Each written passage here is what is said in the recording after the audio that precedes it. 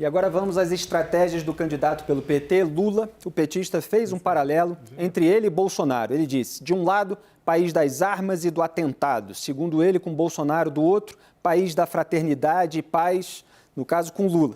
Lula destacou um grande desafio de uma eventual gestão, transformar a democracia em algo real, palpável e ainda prometeu geração de emprego e fortalecimento do salário mínimo, como veio fazendo em campanhas anteriores.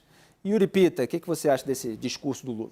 Pois é, essa história aí da democracia, de concretizar a democracia, vai muito na linha desse bastidor que a Daniela Lima tinha trazido antes, do quanto conecta, que a gente estava falando aqui, desse apoio de Simone Tebet.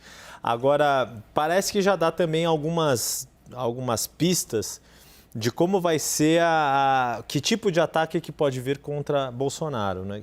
E estão todos os ataques. Tem uma coisa que o PT não conseguiu fazer, que é sair da agenda colocada temática pelo Bolsonaro. O Renato Meireles fala muito isso, né? Dessa questão da corrupção, o PT rebate dizendo, olha, ele também tem corrupção no governo dele. Dessa coisa da relação com a criminalidade, mas são os assassinos que estão apoiando o Bolsonaro. Ou seja, quem está dando a temática, quem está botando as armas, quem está pautando as armas é o Bolsonaro. E o Lula está entrando na mesma trilha.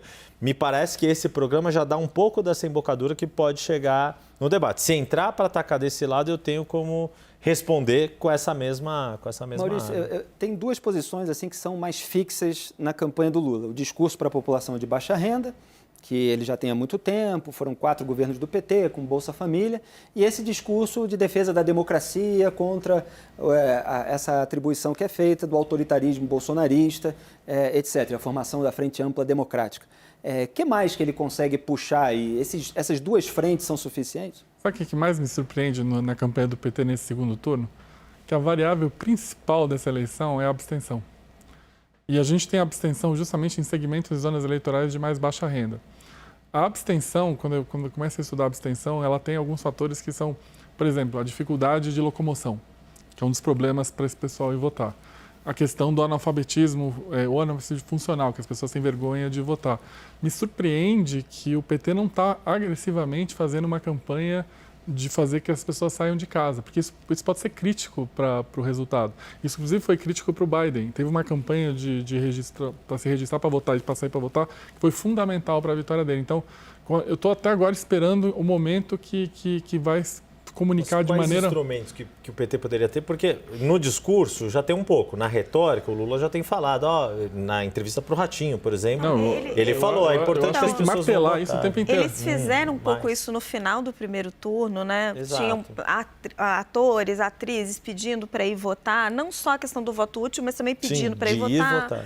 O Lula falou um pouco disso, eles estavam preocupados com a questão do ônibus, mas aí não conseguiram ônibus gratuito. Mas eu concordo com você. Eu acho que não é forte o suficiente, assim, não é o principal ponto. Você não enxerga como um foco. E concordo, eu estou só pensando que instrumentos que teriam. Se é a repetição... O instrumento é todas as formas de comunicação possível. Por exemplo, uma coisa que seria só o Lula pode fazer é assim, gente, eu sei o que é sair de casa, pegar um ônibus, eu sei o que é ter vergonha de não saber escrever para votar, mas esse é o momento de fazer isso. Assim, isso eles têm que fazer muito, porque é fundamental. Uma das variáveis mais... Eu estou vendo vocês colocarem os votos válidos nas pesquisas, mas o voto válido ele depende da abstenção. E é uma variável crítica para o PT. Então, se a variável crítica não está sendo tocada... A propósito, hoje a coligação entrou no TSE pedindo gratuidade no transporte público, né? Foi um documento oficial pedindo que o TSE determine aos municípios que disponibilizem transporte público. Já tinha pedido no primeiro turno, o Barroso finalzinho, quer dizer, em cima da hora, eles demoraram a se preocupar com isso. STF, né? O primeiro turno foi no Supremo Tribunal Federal e hoje entrou com uma ação citando a abstenção, né? O documento aponta que o índice de abstenção foi de 20, totalizando mais de 32 milhões de votos, e eles dizem que tamanha abstenção faz com que tanto essa justiça e seus players sejam obrigados a tomar todas as medidas necessárias para garantir... O argumento do Barroso lá atrás foi que não tinha recurso orçamentário previsto para as prefeituras. Mas não é só isso, Raquel. Assim, eu acho que questão do transporte, se as prefeituras mantivessem no domingo a circulação igual da sexta-feira, já faria uma diferença enorme. Porque, isso eu acho que foi garantido no primeiro turno. De cidade para cidade, depende da cidade. cidade. O que foi decidido ali pelo STF naquela hora era que quem tem legislação siga a sua legislação, não vai ampliar a legislação de gratuidade ou qualquer coisa assim para quem não tem. O que aconteceu, o caso mais emblemático foi lá de Porto Alegre, que tem uma tradição de ter gratuidade, houve uma lei que mudou isso, mas houve, por pressão ali, uma decisão do prefeito de... Porque, Felipe, ficou claro no primeiro turno que o Bolsonaro, o perfil de eleitor do Bolsonaro tem uma capacidade de mobilização maior. Sim. Essa é uma das principais lições do primeiro turno. Então, me estranha que o PT não esteja gastando tempo, recurso, fala e tudo para mobilizar, porque é uma parte fundamental da equação.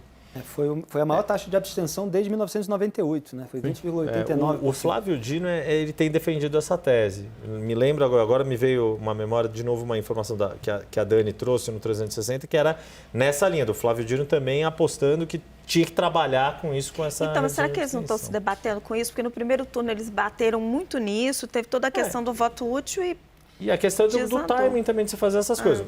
Tomar uma iniciativa jurídica dessa agora faz sentido, porque você tem 2 semanas, dá tempo para isso ter alguma decisão. Talvez a mensagem para o eleitor guardem para a última semana ali para reforçar na última hora, não sei.